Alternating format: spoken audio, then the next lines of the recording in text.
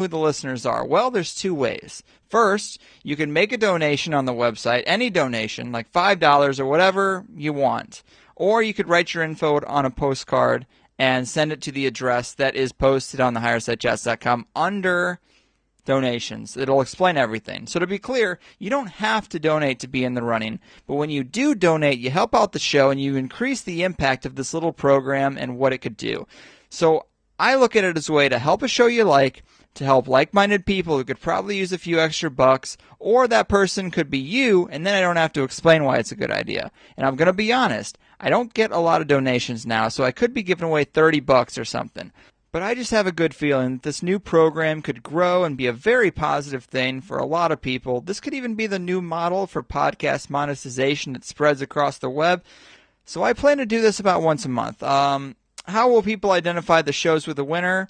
How about every fifth show? So this is episode 78. We'll give it until episode 85 for the first one. Give it a little extra time. And then after that, episode 90, 95, episode 100. Wow, I got to figure something out special for that one. But either way, donate to the show at thehighersidechats.com. Whatever you feel like donating to the show, however much you love me, or you can mail the card with your name and address on it to the P.O. Box on the website. As we go, I'll talk about how many donations we've gotten, and on episode 85, we will have the first recipient of the THC Money Bomb. So let's have some fun, help each other out, and that took a little bit of explanation, but now that we know what's happening, I'm going to skip the conspiracies that everybody knows I sell amazing, water-based, high-quality fashion conspiracy shirts at conspiratees.net. Here's your higher education for the week, and then on the other side, my man Freeman is going to drop knowledge.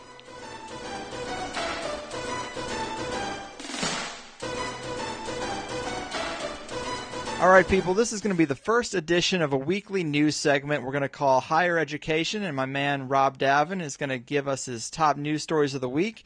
It's a way to keep things current and make sure that even on shows about things like sustainable living or psychics or motherfucking spontaneous human combustion or whatever, we're still going to get a little current conspiracy and weird world news into every show. So there you go. And Rob, my man, how you doing? What do you got for me?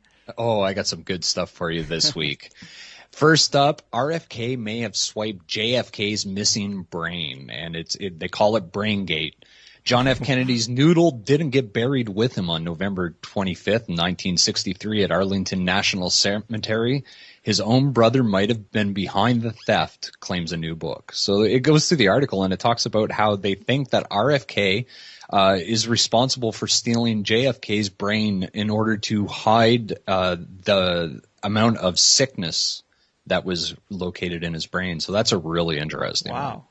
Wow. Or to download his consciousness once the transhumanists get a handle on consciousness transfer. Or to send it back in time to ancient Egypt so he can appear as a bust of some crazy king dude. They're up to some weird shit. What else you got? Okay, and then we've got 28 signs that the West Coast is being absolutely fried with nuclear radiation from Fukushima.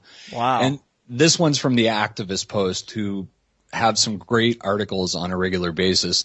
They point out 28 different points that point towards Fukushima affecting the west coast of North America. A few of them are polar bears, seals, and walruses along the Alaska coastline are suffering from fur loss and open sores.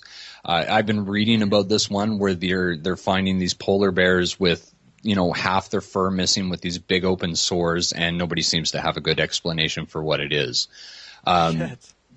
Number two is there's an epidemic of sea lion deaths along the California coastline. So this all plays in. There's been stuff in BC, in northwestern U.S., where there's been other sea life wash up on shore as well.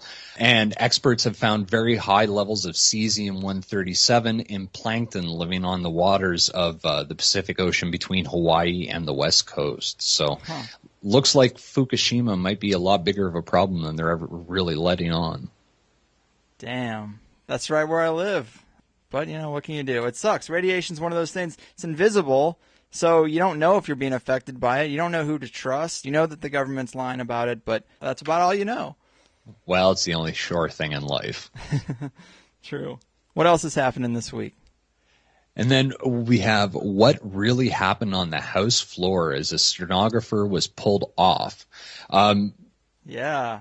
This is a really strange one. Now, in the mainstream media, the story is this Diane Reedy yelled about God and the Freemasons and not being able to serve two masters on the floor of Congress. What they didn't show you is that just before she gets up and starts on her epic rant, some weird old dude comes over, leans down, says something to her. She stands up like a Stepford wife and walks up to the podium and starts on this big epic rant. Then the mainstream media overlays a second rant that they recorded of her at an elevator on the video of the one of her up at the podium and claimed that that was what she had actually said. So we don't really have a clear audio of what was said on the House floor, only up from the elevator. It's a really weird story. I saw that one too, and I thought the same thing. Another strange aspect to it is that man that talks to her right before she nods and gets up to the podium. As soon as she walks up there, he turns and he angles himself behind someone who's standing up, and he starts texting someone. And he's one of the only people who's not shocked when she starts talking into the microphone. Everybody else kind of looks up and they're like, what the fuck's going on over here? And he doesn't look up at all. It seems like he's texting, it's going on right now, something similar to that. And that dubbing aspect is very strange. I saw the same thing. There's videos out there that go through the reasons why you can tell that this audio is dubbed from this other location.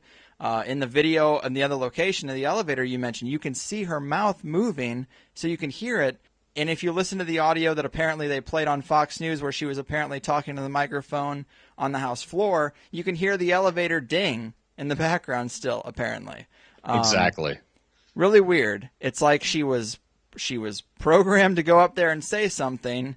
Nobody in the room seemed all that shocked. They seemed weirded out that someone was talking. And I thought this was just something stupid. Like, I didn't pay attention to the story at all, but what did make me raise the eyebrow is just that man and how much of it, why dub it? Like, what the hell's going on? That was the weird thing. What they purposely, aggressively went after this and switched it around just to make it seem more mysterious. I don't know. I would love to know what she said, though. Yeah, I'd love to be able to find an audio copy of it, but I've searched high and low, and I cannot find the original audio. Yeah, the editing of the video is pretty fucking suspicious. I'd say so. What a weird world, man. Well, hey, thanks, Rob, for that positive and hopeful outlook on the future. Cannot wait to do this again. But before you go, if the people want more Rob Davin, where must the people go? The people should go to darkspace.tv and just keep an eye on there. That's where I post pretty much everything I do. Excellent, man. Well, thanks again. We'll see you next week. All right, see ya. Well, folks, we all know we're living in a strange world of corporate sorcery and celebrity Satanism. We see the symbols and we stand in awe of the power structure that manipulates us through the many tools at their disposal. We want to understand as much as we can, and we'd like to think that our limited understanding of the game makes us immune to the effects of this mighty magic, but I'm not so sure. Well, hopefully today's guest can help us see things a little more clearly. His name is Freeman Fly. He's an internationally known award-winning TV producer, filmmaker, radio talk show host, and lecturer. Freeman is considered an expert in the fields of the occult, trauma-based mind control, government conspiracy, and ancient civilizations, and that's just before he's had his morning coffee.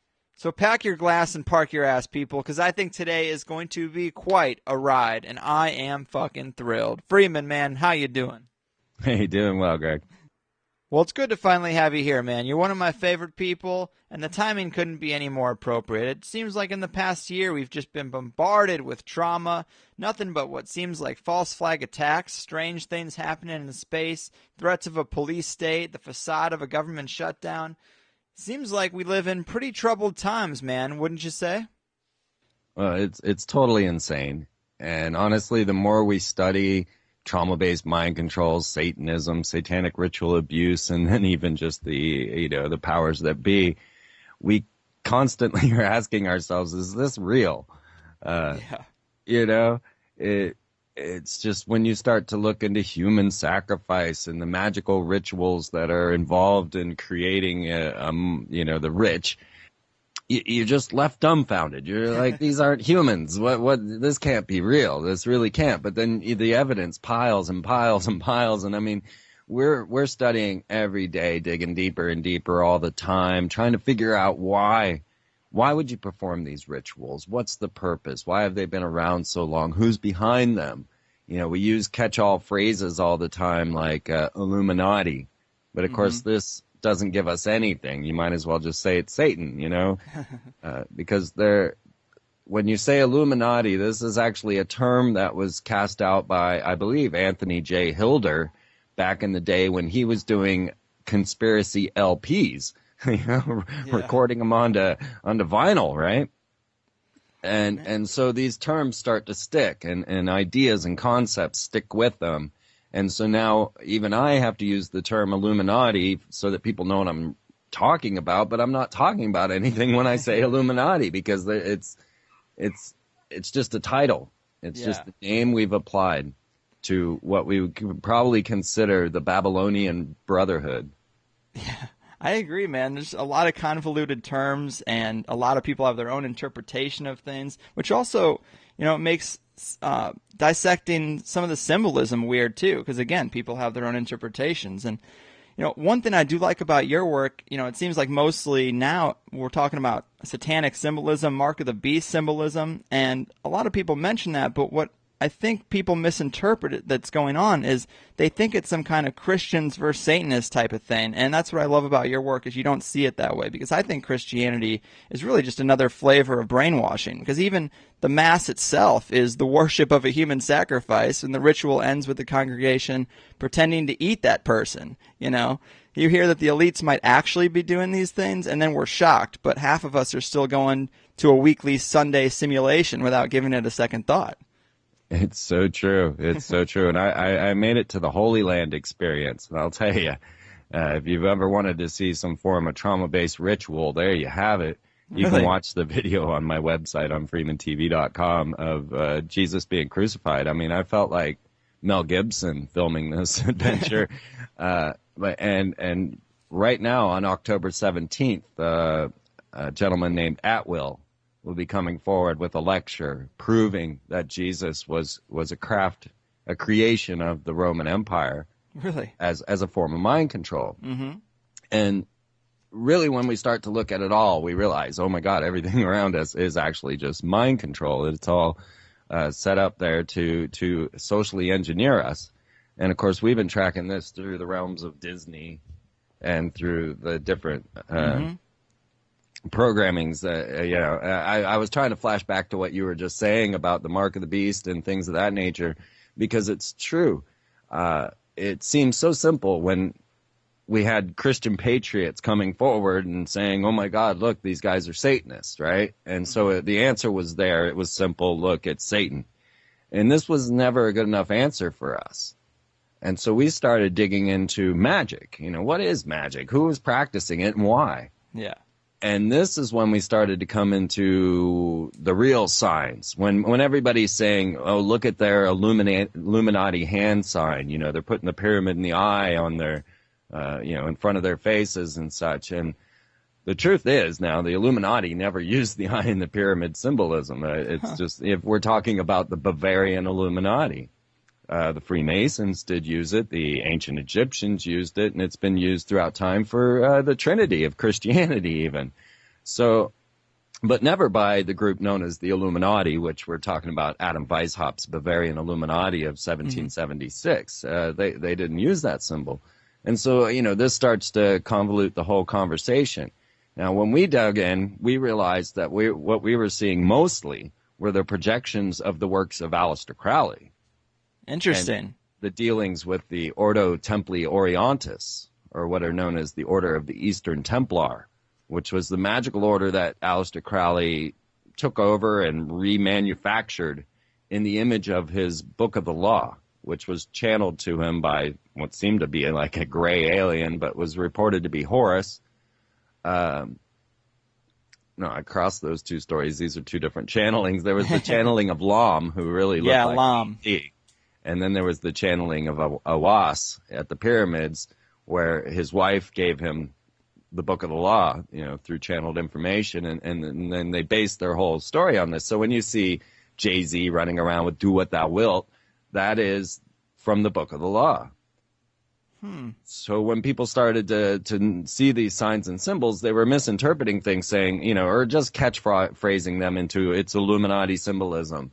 Right. And of course, it's OTO symbolism. And when you start to look into them and start to understand their rites and rituals, and you could call them the modern day Illuminati, but you should know what you're talking about when you're starting to talk about these things, so that you can relate to which magic and what trauma and who is good and bad and what's doing what. Yeah, man, Aleister Crowley is such an interesting character, and I hear his name get thrown around with ties to the Bush family, all kinds of really strange stuff. If you were to look at the landscape today, where do you think his impact is manifested most? Where can we see it? Sex, drugs, and rock and roll. No doubt about it. He was the creator of the 20th century.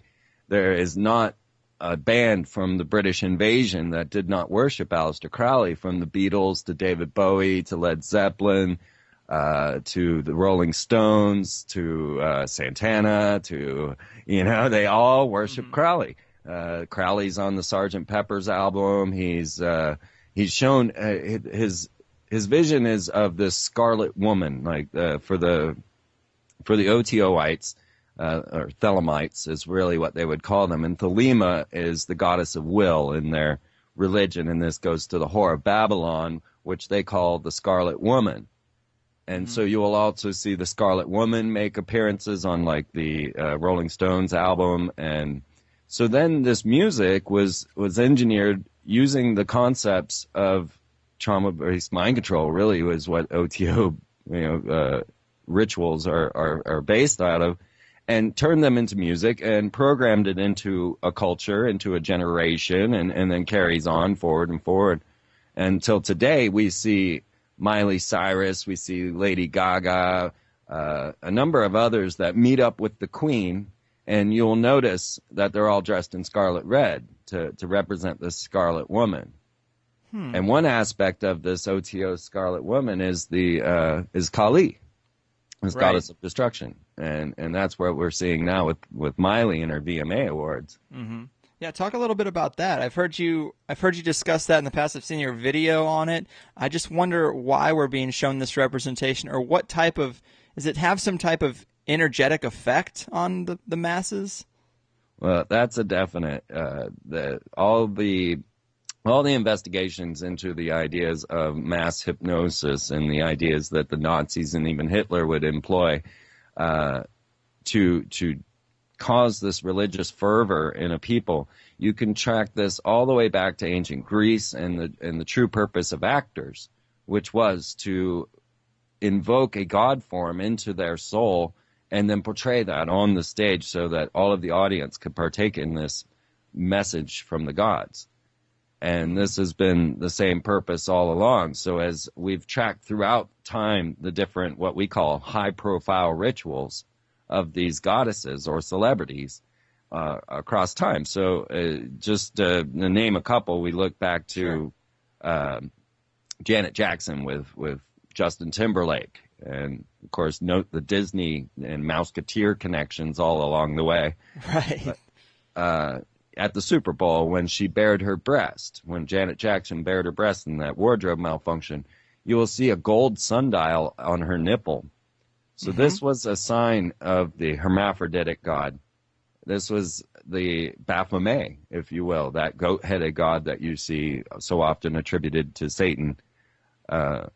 The hermaphroditic goddess, or it is often shown, and they always show one breast, and then the sundial, the gold, is representation of the king, and that's the male. So you have this male-female hermaphroditic symbolism going on. And you'll find this consistent throughout most of the symbolism is the hermaphrodite.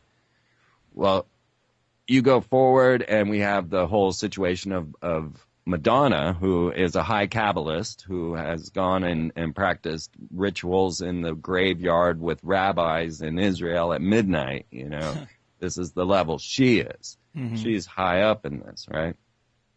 And she comes down in a top hat, which is the sign of the worshipful master within the Freemasonic lodge and probably most every other secret society lodge. The master probably wears a top hat, but I know in Freemasonry it's an absolute. So she's wearing this like worshipful master coming out of a wedding cake and comes down 13 steps, which is actually a sign of the goddess, and 13 goes to the goddess. She comes down and has that dance with Brittany and gives her a kiss, right? Mm-hmm, mm-hmm. At this point, Madonna ditches the name Madonna and becomes Esther. Now, Esther is a title within the Eastern Star, which is like co-Freemasonry or the feminine Freemasonry. It's the place where the wives of Freemasons go to do their rituals, right? Okay. Sitting on the pentagram, and Esther is one of the positions on the pentagram.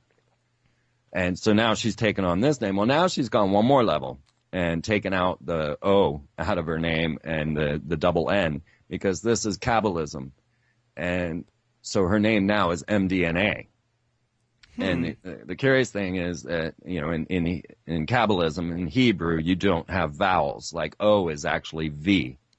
So you wouldn't have an O. But an A does exist in the Hebrew alphabet. So people often say, when I say she pulled out the vowels, they're like, well, A is a vowel. And I'm like, yes, and it's also Hebrew. That's the first Hebrew letter. All right, let's keep this straight. So MDNA is now her name. And just to throw in a weird note that we can maybe clarify a little more later, Madonna has a DNA, just speaking of her name, MDNA, a DNA cleanup crew that follows behind her at every performance, cleaning every piece of her DNA from the backstage and from the, you know, anywhere that she's left. Really? Pieces of, yeah. That's strange. There's a DNA sterilization team, and you'll probably understand why later as we get into the story a little more. Sure. But so Madonna gave Brittany that kiss and basically passed on this goddess-ship to Brittany. And as you start to see in all the Pepsi commercials, they always have them represented as like Athena and the different goddesses and whatnot. This is their constant role. Well, Brittany seemed to want to break out of this situation, right? Mm-hmm. And she then goes to Esther's hair salon, strangely enough, and asks Esther to shave her head, right? Right. Well, at this point, she has brunette hair, no longer blonde. And it was curious, although I don't believe the full story of Arizona Wilder, I thought it very interesting. Arizona Wilder was a acclaimed mother of darkness ritual goddess that they used in their high rituals, according to this interview she did with David Icke. And what I found really curious was that Arizona says that she wanted out of the rituals, didn't want to be the high priestess, so she dyed her hair brown. And when this wasn't enough to get her out of the rituals, this took her out of the high priestess status, she then shaved her head. Huh. Well, when Brittany walked into Esther's hair salon, sporting the name of God in Hebrew on the back of her neck in a Kabbalistic fashion, wearing her Star of David, and asked Esther to cut her hair off, she shaved her own head, right? Brittany did. Yeah. And she said that when asked why she was doing this, she says, well, I wanted to stop them from plugging things into me. I wanted them to stop using me. Mm-hmm. Mm-hmm. And so when you see her coming out of Esther's hair salon, I've got this in my video, Anna Nicole Brittany and Mind Control, you can see the look of accomplishment on her face. She is actually thinks that she's gotten away. And, of course, then they just stick a wig on her head, throw her back up on stage, and have her lip syncing till they could get her back into the clinics and reconditioned.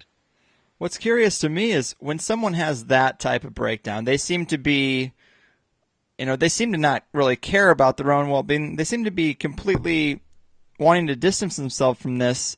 Why don't we ever hear people making way more conclusive claims about what's really happening? Even Brittany's words seem to be somewhat cryptic, and maybe that's just because the gatekeepers don't allow that onto the air when they do speak about it, but you think they might be able to find some way to speak out. That doesn't really seem to be anything they're really concerned with, is informing the public of their situation.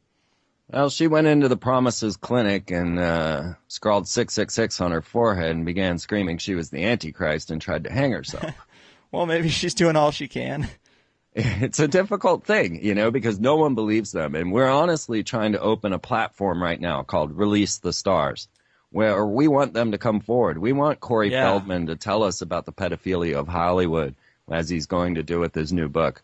We want Chuck Barris to come forward and really describe how the CIA hired him as an assassin while doing the Hollywood or the Honey. What was that show? The Anyway, Newlywed Game. Newlywed Game. There it is. Yeah. Here's Chuck Barris, our Gong Show host, and he's out there assassinating people for the CIA. And so we want this to come forward. We've got Roseanne Barr coming forward and possibly working with us to do this campaign. That would be amazing. It really would if it would happen. Because I think that this power is so beyond what any of the people are ready to accept. These concepts of magic, these concepts of communication with demons, the public is now incredulous to these type of topics and doesn't, they don't have a safe place to go because no one's going to believe them. I remember when I was covering Anna Nicole's death, and no one believed me. No one thought that my life was in danger for covering this, except for myself.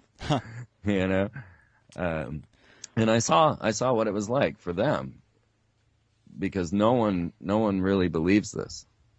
Yeah, it's a curious thing because I sometimes wonder where this magic effect begins and where just the money ends. Because, let's say, for example, we started a company today and you had your knowledge of all the occult stuff and we put it into all of our logos and imagery and commercials. Does that contribute to the success of a company? I consider these signs of allegiance. Gotcha. So when Starbucks came out with their fish goddess and their Skyla, how they used to describe sex with the fish people, this was a clear indication to the Brotherhood that, hey, they're one of us, because they recognize each other's signs and symbols. I can go through every corporate logo and identify the aspect of Masonic ritual that it represents. So an example would be the canted square. This seems so simple. You'll see it on Dell. You'll see it on Enron. You'll see it on, all over the place. Just a square turned on its side, right? Nothing to the uninitiated. But to the initiated, this is the circumambulation or the rotation that you do around the altar as you're being initiated in the ritual is symbolized by this canted square, which also symbolizes Horus. And this is all mathematical. This is using the 47th proposition of Euclid and the works of Aristotle to bring together an idea that shows you this risen child. It really is a Christ symbol, as Horus was like a Christ child. This canted square. You make it an E, and then it's a pentagram, because E is the fifth letter in the English language. And so if you have a canted E like Enron or many others, then you've got a pentagram kind of written in there as well. One curious one that I noticed here in town, there's an architectural firm that actually uses the ancient Lemurian script. Now this is like Atlantis time for builder and great architect. And they use that as their architectural logo. So they're obviously aware of the Lemurian ancient civilization connections as well. But so these are signs of allegiance. But then there are other signs and symbols that are before us that are more magical. So that idea of putting the triangle in front of your face, like everybody is seeing and everybody is doing, is actually within magic known as the triangle of manifestation. And this is the tool you would use to actually evoke an entity in front of you. And so they're kind of conditioning everybody to do all of this. Meanwhile, they're using books such as Rick Riordan, Percy Jackson, and the Kane Chronicles to teach children what it's like to invoke these entities into your soul, especially the Kane Chronicles about these children invoking Egyptian deities into their souls and then having to deal with the fact that these deities are now possessing their bodies. And this is the storyline for the children. Or Katy Perry's E.T. Music video. Where that was a great video you did, the Katy Perry. Oh, thank you. That was a fun afternoon where someone was like, a good friend of mine, it's like, we got to make a video about this. That was basically made on the couch. But I like to have fun with this. And I know that the only way we're ever going to get this out to the public and into the public eye is not by being these doomsayers, not by screaming, oh my God, it's Satan, but by turning it into an entertainment and sharing the information in that way. So my Katy Perry occult meaning video of E.T. is fun, and I try to make it all fun. My chemtrail video is fun, and we're making a new TV show now. May go out on the People's Voice. Maybe it'll just be on freemantv.com. Don't know. But this is my goal. I'm actually trying to make conspiracy entertaining. Right. So that we can get past a lot of the hangups that we all have. Amen, man. I love that injection of humor. That's something I try to do a little bit on this show, and I think it's what sets us apart. It's been a huge factor in the trajectory we're on, but some people are very touchy about their research, and a lot of it's very serious, so I want to be respectful and still just a little more easygoing, I always love just getting high late at night and going down that rabbit hole of YouTube videos, looking at the same kind of stuff we're talking about now, weird symbolism and the comparisons and the Super Bowl halftime show and Olympic ceremonies, stuff we didn't have access to before. But then the next day I'm snapped back to my day job and I just feel alone in the Twilight Zone wondering what is real anymore. You know what I mean, man? Yeah. Oh, man, I had that moment when I was working at Kansas University. I was a cook. I was actually the Pizza Hut guy. And I would lay upon all of this is 1999, and I would lay upon all the students that came to get my pizza, this knowledge, HARP had just been created, and they were going to cap the Great Pyramid with gold and all of this.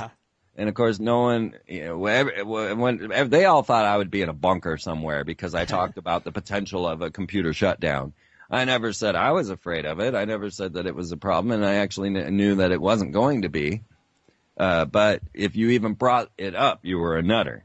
Right. And I'm like, but wait, it's the DOD and FEMA that's telling us to prepare for 3 days. It's not like some crackpot conspiracy theorist on the internet's telling us to do this, right? Right. And that was back in the days where people would say, oh, you can read anything on the internet. And I'm like, but it's .gov. I mean, come on. But then I would tell them, seriously, I'm not as concerned about this computer meltdown as I am about the capping of the Great Pyramid with gold. I mean, you guys just don't understand what this means. What does that mean? I know a lot of people were talking about, we're talking about basically the Y2K situation. But yeah, a lot of people talked about the capping of the Great Pyramids, that it would activate the pyramids. What's your take on all that? Well, to me, it was symbolic. And the symbolic gesture of capping the Great Pyramid with the gold capstone is the completion of the Nova Order Seclorum, or the New World Order. And so that, to me, as you watch the Y2K ritual, and I'm going to re-release all of this footage in the new TV show, because I was sitting there recording the whole Y2K thing to tear it apart in the future, never knowing that in 5 years' time I was going to have a TV show of my own. But this was something I felt deep in my heart that I needed to do to reveal this ritual to the world. And, of course, YouTube has that completely blocked. It's very hard to watch my first film. You have to actually get the DVD. And the second film on Columbia actually was completely blocked. And a lot of my work gets blocked off of YouTube and off the internet. So you really have to actually get it from me. It just, they don't want me out there. I mean, there's videos of mine that other people have on their channel. And if I were to download it from their channel and put it up on my channel, it would be blocked worldwide. The Katy Perry video is a prime example. The E.T. explanation is not allowed on YouTube. A number of them I can't put up on there. So they're all on my DVDs. Huh. Well, let's jump back to some of the celebrities. I mean, we went through Janet Jackson. We talked about Britney Spears. Obviously, the most common one that people are talking about right now is Miley Cyrus, and I know you're no stranger to that topic. Yeah. What is she's invoking Kali? What about her performance invokes Kali, and what's the reason for that particular entity to be shown to the public right now? All right. Well, let's start just a little further back. And realize that I've been tracking this influence of Walt Disney Co. as a military-industrial corporation, programming, mind pattern programming into children to lead to this next generation of demoralization, right? Okay. And it began all the way back with the Nazis. And Goebbels of the Nazi propagandist was using Walt Disney's techniques to program the Nazi youth, because Disney was having such great effects here in America, getting everybody ready and geared for war. So this has not stopped. And as you start to look to all of the Disney productions, and I highly recommend checking out everything that they've done with Touchstone, because most people don't even know Touchstone and Miramax are also Disney. And they're some of the darkest stuff you'll ever see. And Touchstone, of course, brings you shows like Alias, where they are super spies that have been raised in this trauma-based childhood and conditioned to be super spies by the time they were old enough. And this girl, Alias, and, you know, this is all true.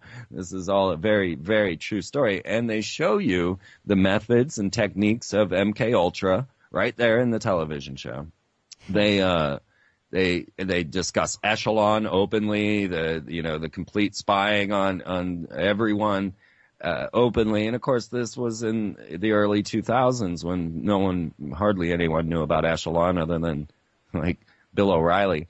So what I'm saying is that these things seem to be innocuous, but Disney is at the heart of almost everything I talk about when it comes to psychological warfare.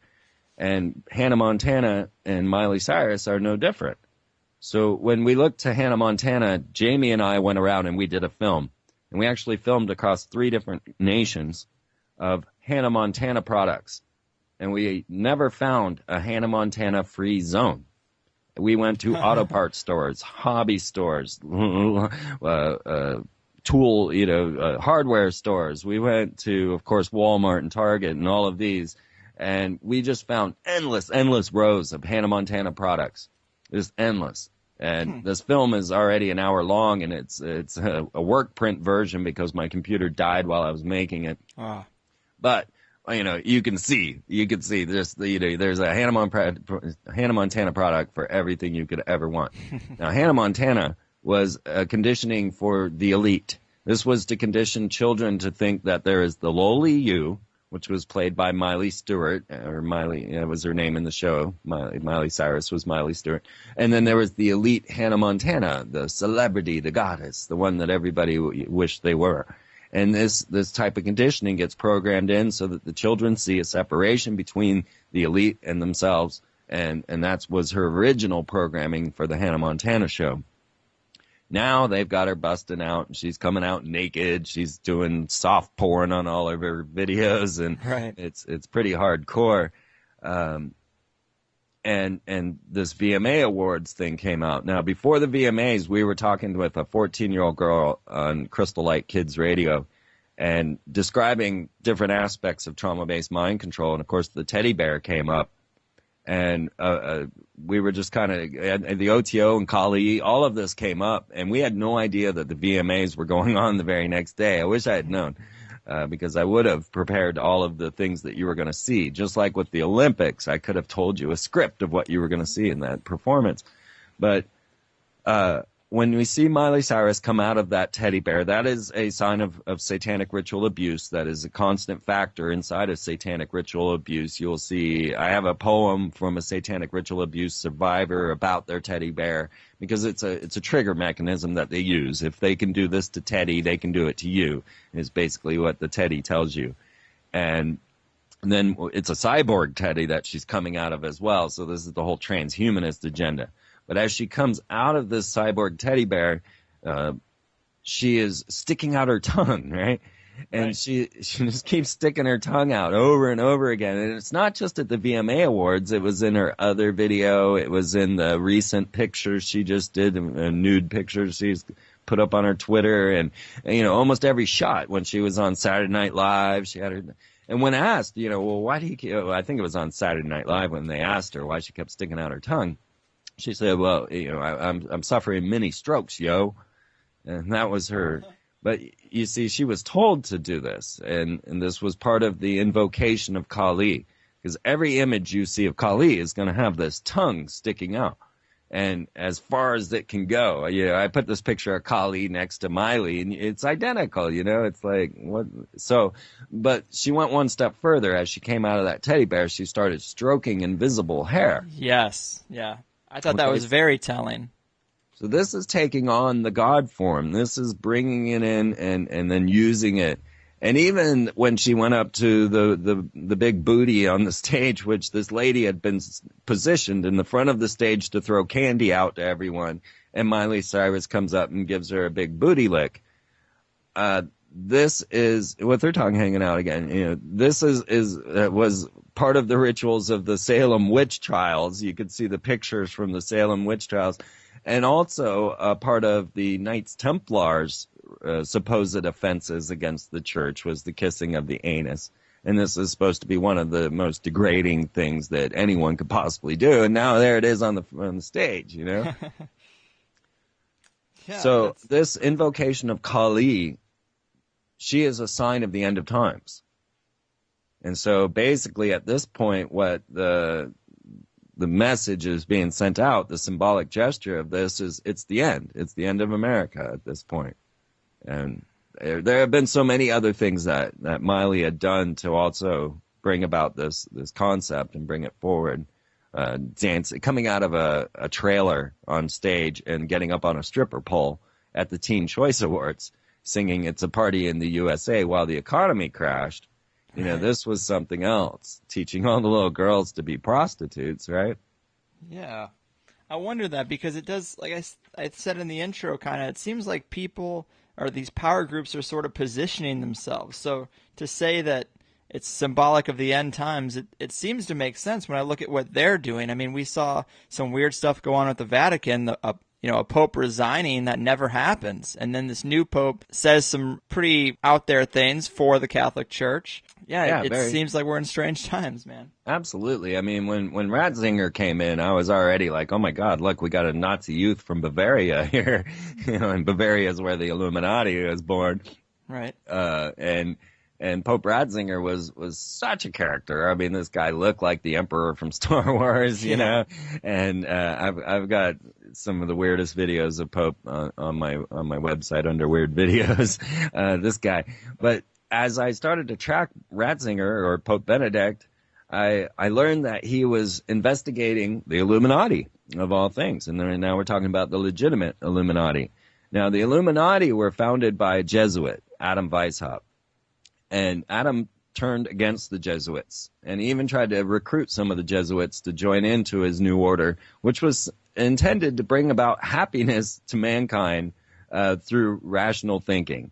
And this is really what the Illuminati's stated goal was. The problem being that they would go to any means in order to bring this about. So the end justified their means. But so the Pope Benedict was digging into the Illuminati, and he has a new book that's come out, which costs like $10,000 about this, because while he was digging around, he found a document, a 600-year-old misplaced document that exonerated the Knights Templar of all their supposed wrongdoings, which is pissing on the cross, kissing the anus, denying Christ, even fraud and all of the things that the Templars were burnt at the stake for. And that's why Friday the 13th, 1307, is the most unlucky day, because that's the day that the Pope went after the Templars. Interesting. So he exonerates the Knights Templar. Now, this is a huge deal because they were the richest organization in the world. And, of course, they're like, okay, well, where's our money? Where's our stuff? Give us back everything. Right. And yet I'm in communication with the commander of the Knights Templar here in Kansas, and I keep bringing this up to him, like, isn't this a big deal to you guys? And they don't really know anything about it, you know? Huh. So I find that kind of curious, but I keep pushing. But so now the new Pope, Francis, has come in, and he is a Jesuit. Now, this is the first Jesuit Pope we've ever had. And we've always had the Black Pope, which is the sovereign general of the Jesuits. So the general of the Jesuits is known as the Black Pope because he wears the black uniform. But now we have a Jesuit also from Argentina, where the Nazis all went after World War II, coming forward as our new Pope and saying, yeah, like you're saying, the strangest things. Like I saw a report saying that he believes in a God, but not the Catholic God. Had you heard that one? No, that's new to me. And that he was a man of the people. He believes money is evil. He took the bus to work and such, this guy. Right. Really strange. Yeah.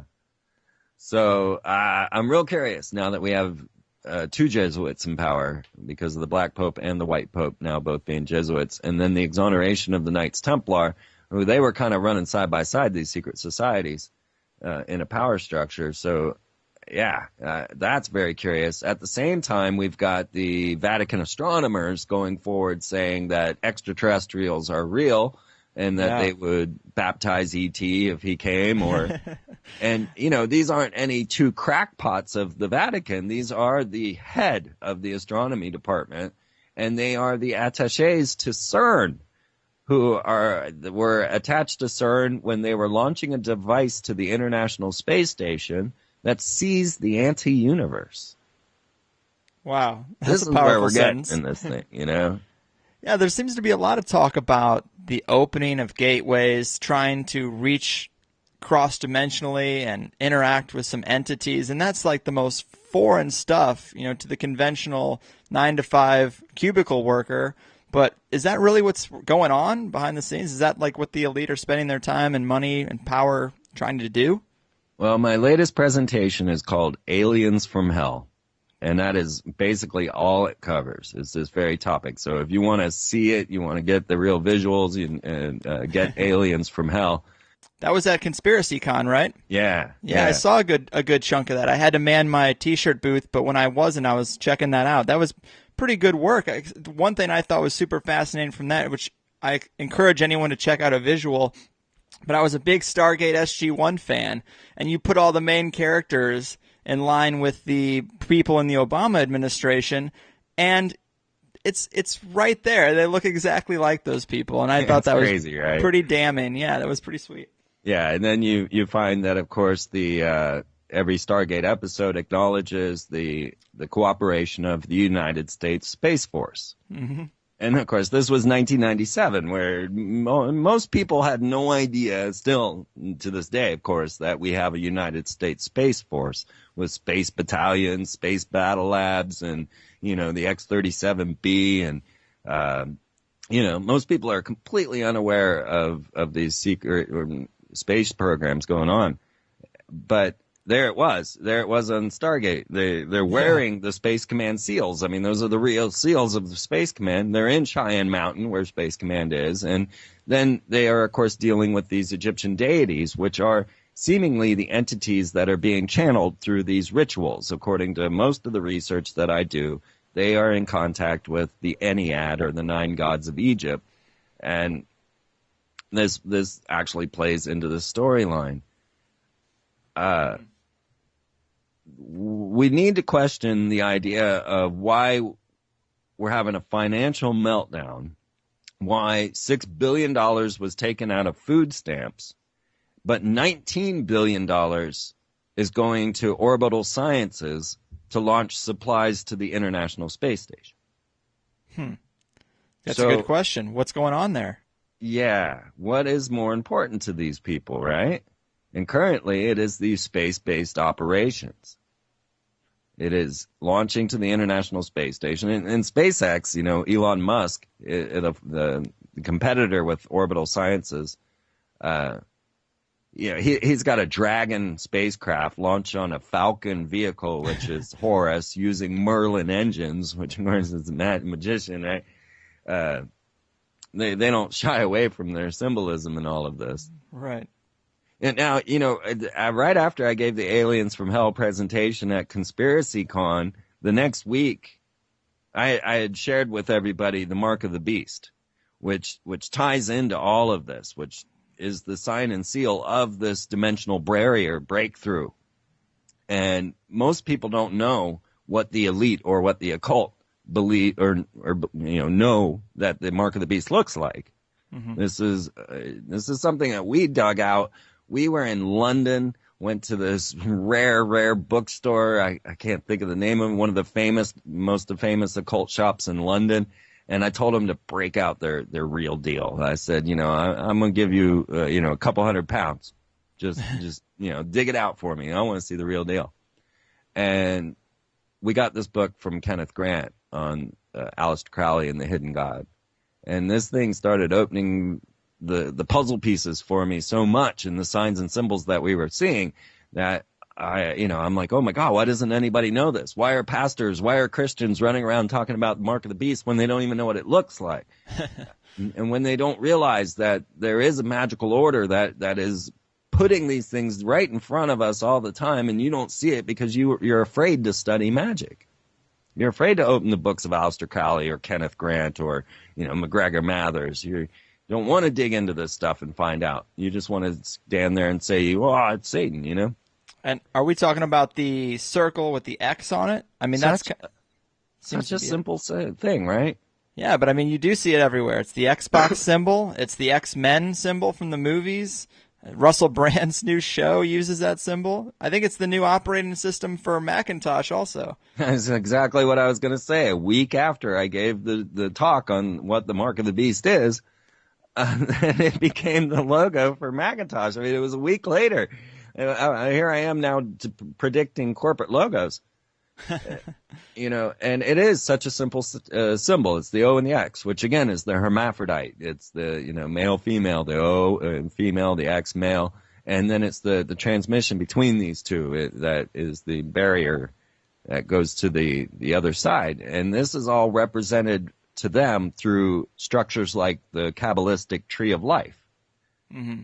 And then you study the signs and symbols of the Kabbalistic tree of life, and you find that there's an abyss. And this is the area, the region where the fallen angels are believed to exist, where the demons are, or where Coronazon or Leviathan, the great serpent, the beast, exists in the abyss. And this beast is symbolized by the number 66. And in English, of course, F, O, and X are 6, 6, and 6, numerologically. Mm-hmm. Because O is the 15th letter, X is the 24th letter, and F is the 6th letter, right? So now we're seeing a battle, just to throw out a little weird symbolism. We're seeing a battle between FXX and Exxon. Huh. And, Exxon suing FX, which is a subsidiary of Fox, I believe, which is 666, and FX is 66, the number of the abyss. And FXX, of course, is 666 again. It's weird that they just started that new station. Yeah. Yeah. And now, Exxon's battling for their sign of the abyss, because that XX is actually another symbol for the abyss. It's another relationship to 66.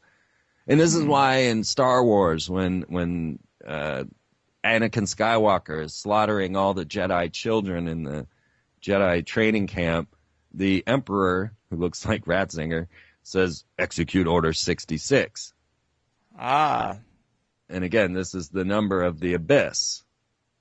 And you will find this over and over and over again. And Madonna, of course, then came out on the Super Bowl and gave what she called her 33-minute sermon, which, of course, it was to her. She was a high priestess ritual goddess, right? Mm-hmm. And repeatedly showed us this VV symbolism making an OX. So in Hebrew, the letter V is 6. And so to do 666 in Hebrew would be VVV, which would be the Volkswagen logo. Right. But you can see in the Volkswagen logo, the two V's are interlaced because the VV is the 66. That's the abyss. That's the place where they're trying to really communicate with. And then you cross the 3, you cross the two V's, making a third V, making 666. So now you got FXX dealing over this. But so Madonna showed us this over and over again, the VV making the OX symbolism, and no one knows this but me or the few that have read into, the hidden God. Huh. So what is all this? Are they just superstitious? Are they just going with tradition, or is there some real magic behind this? I mean, what are they trying to do? Are they trying to usher in the age of the abyss? Are they trying to take us into the abyss? Are they trying to do some type of dimensional crossover? Yeah, I have all those questions too. So the evidence that we find channeling of these extra-dimensional entities known as the Ennead or the Nine, which are the 9 gods of Egypt, like Isis, Osiris, Nephthys, Geb, Nuit, and the list goes on, 9 of them. And that they are actually channeling these entities and getting information from them. The Thule Society, the one that formed the Nazi Party, they said the same thing. They were channeling entities from Hyperborea, from the capital Ultima Thule in the inner Earth that came from Atlantis, and were actually giving them all sorts of high-tech gadgets and wizardry, such as V2 rockets and perhaps even a nuclear bomb, and some strange appearing time travel device known as the Bell. V2 rockets, that's two Vs. Yeah, you're right. You're right, man. It's everywhere they look. I mean, when Jack Parsons was launching the rockets out of America with Werner von Braun, he was doing rituals to Pan when he would do each of these launches, or they would attempt moonchild rituals and strange things as they were launching all these rockets into space, because that's who these people are. Man, another thing, you kind of mentioned it earlier with transhumanism, but a big part of the conspiracy movement right now seems to kind of be circling the wagons around this transhumanism idea. Ray Kurzweil, the idea of merging technology with humanity and immortality. Do you think that's kind of the trajectory of the elite? I really do. I think there's two things going on right now, and that is the potential of a cyclical catastrophe. I believe that they have knowledge of catastrophic events in the ancient past, and that they are projecting and expecting something major to occur. We have all these fireballs coming in. We've got Comet Ison as sort of a threat of doom. The comet has always been a herald of doom. We've got strange meteors coming in, causing sonic booms and earthquakes, which is unheard of. They classified these fireballs as secret.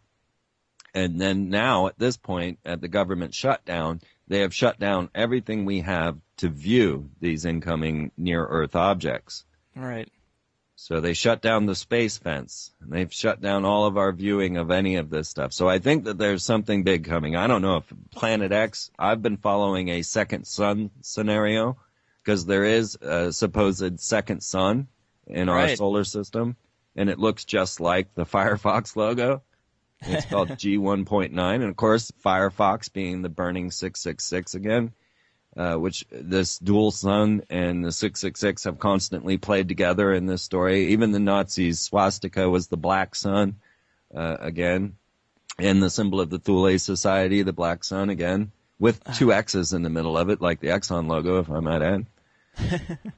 You mentioned the government shutdown, and we're pretty deep into the rabbit hole, but if you bring it back to the surface, I actually thought that we would see something happen during the government shutdown, because what better way to convince the masses that they need this government that they've been so critical of recently than to have some type of massive attack or some kind of emergency? Okay, well, they are preparing their capitals.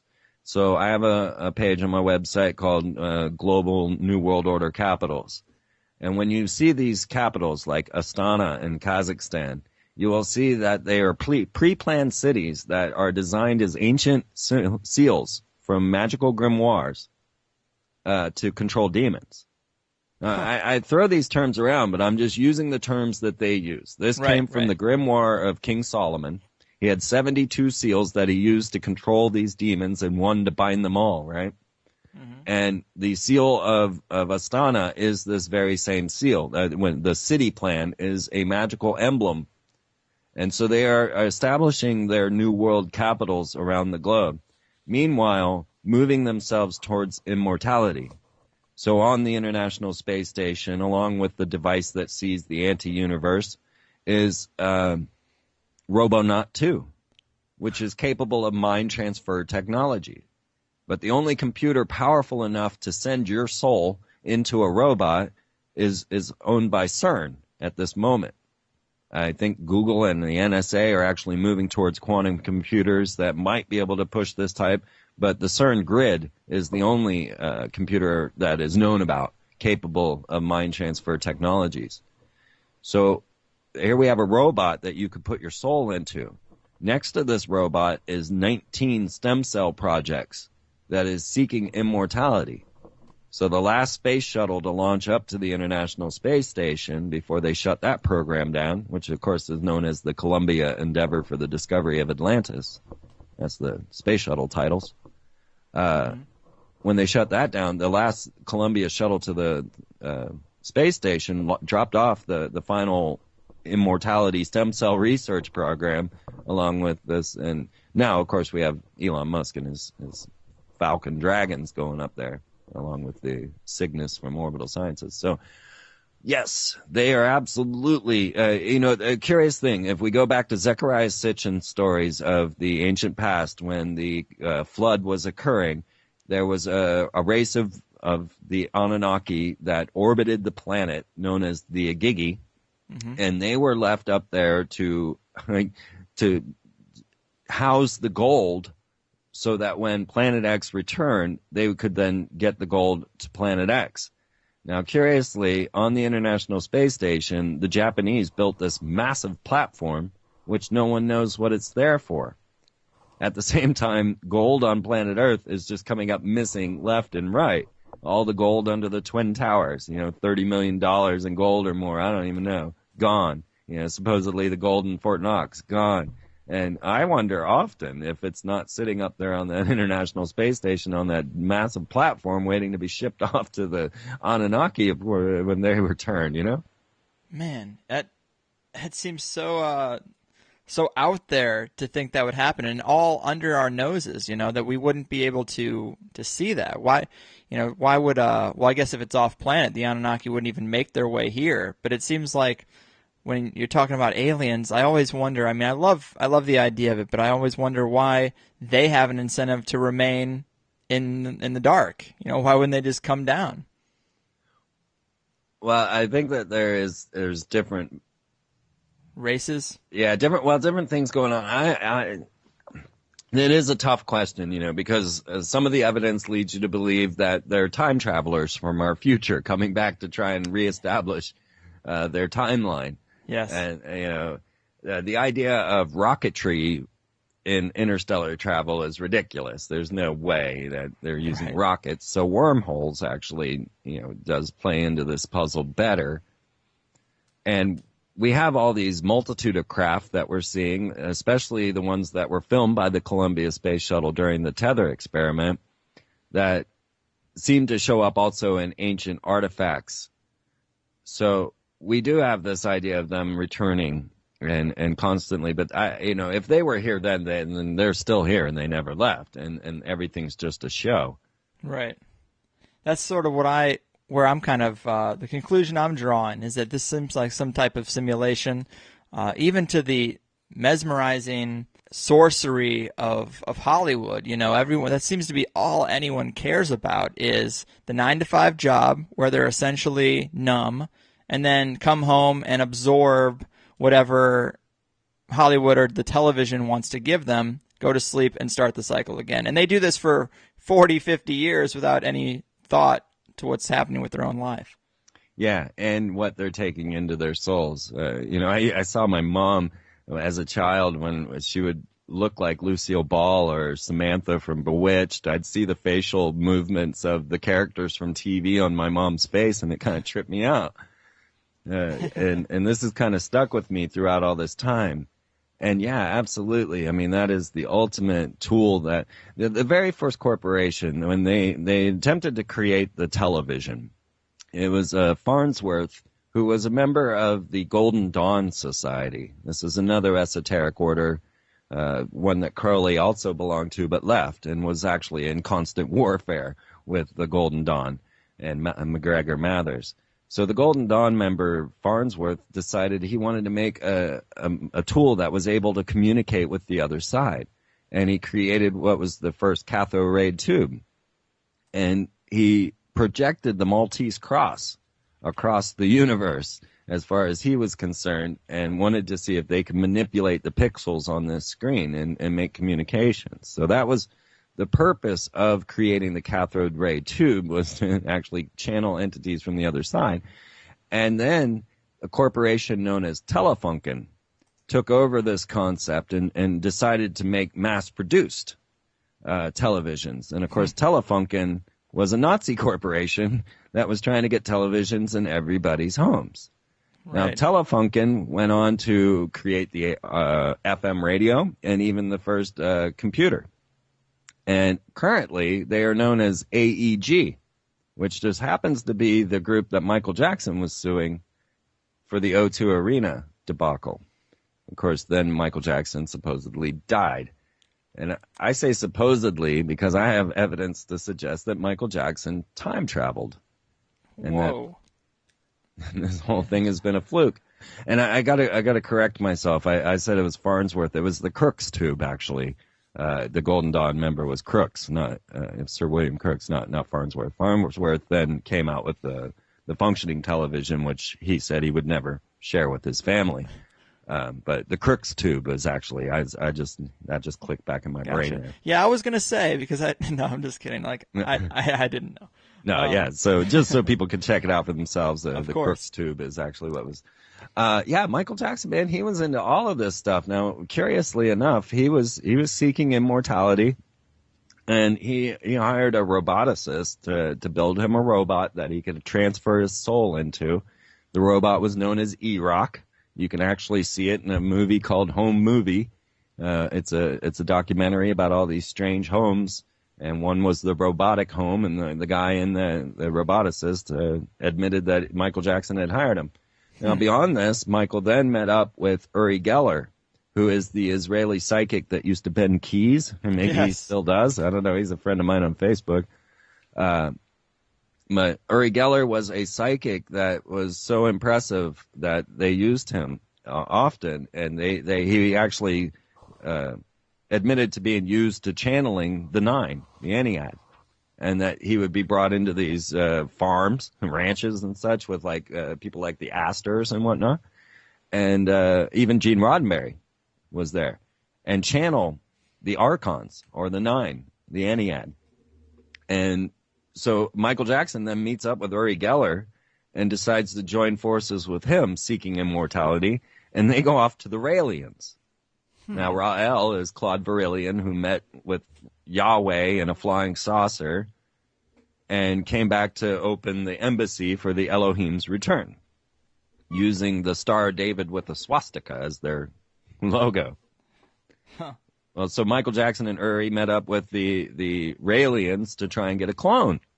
Because who really wants to transfer their soul into a robot, right? Right. That's You can get yourself archaic. their body. And so they met up and they attempted to get a clone from Clonaid, and I guess this must have fallen through. Then I interviewed Dr. David Lewis Anderson, who is the head of the Anderson Institute, one of the only open time travel corporations in the world. And he laid on me that the only place that they're really having trouble controlling time travel, people using time travel, is in Saudi Arabia. And it was curious to me when Michael Jackson, when he supposedly died. Now, I'll tell you, on FreemanTV.com, I have video of Michael Jackson climbing out of the coroner's van after his death. So, take of it what you will. And then a month after Michael Jackson's death, everybody noticed this bust in the Chicago Museum that looked identical to Michael Jackson, an ancient Egyptian artifact from the period of Akhenaten. And it's identical to Michael Jackson, and no one knows who it is, and no one noticed it until after Michael Jackson's death. Supposedly, it's been there all along, but no one ever noticed it. Huh. I mean, it's a spitting image. It's it's absolutely Michael Jackson from the ancient Egyptian past. And Michael Jackson was found to be $500,000 in debt to this Saudi Arabian. And no one in the news could explain why. Interesting. And I every now and again I hear Michael in my head going, "Don't give me away! Don't give me away!" Oh man, that is wild stuff, man. I love it. But we're at about the top of the hour. I did want to ask you. We're getting into October, November, December, the end of the year. We usually see some major plays on the chessboard towards the end of the year. Is there anything that you're looking out for, or that you would encourage people to be wary of? Well, Yeah, there's a couple of dates I'm watching. 11/13/13. I'm watching this date because this is a time that they are scheduling a drill for a blackout. We know about drills and real events. Exactly. I believe it's going on in Florida, and it is an EMP drill. And this is another topic that is being covered by J.J. Abrams on a television series called Revolution. Yeah. And the idea of just the power grid going down now, that would be a huge blow. Huge. I'm glad I live out in Kansas. Man. And, I'm really looking out for November 6th because that's the day that anyone who's watching The Price is Right will see me out in the audience, my lanky, retarded monkey arms jumping up every time the camera passed. Is that right? Yeah, that's the day that that episode's going to air. You're on The Price is Right? Oh, no, just in the audience. Yeah. But yeah, super important, clearly. Well, don't you wonder who, oh God, what's his name that runs The Price is Right? Right now it's Drew Carey, but it was right. Bob Barker. Bob Barker. I mean, I wonder how many people he's killed. Yeah. I mean, apparently they have to do some nefarious things to get to these positions of power. No doubt about it, man. No doubt about it. Right on, man. Well, it is a wild world, that's for sure. You want to tell people where they can keep up with your work and, help support you to keep it going?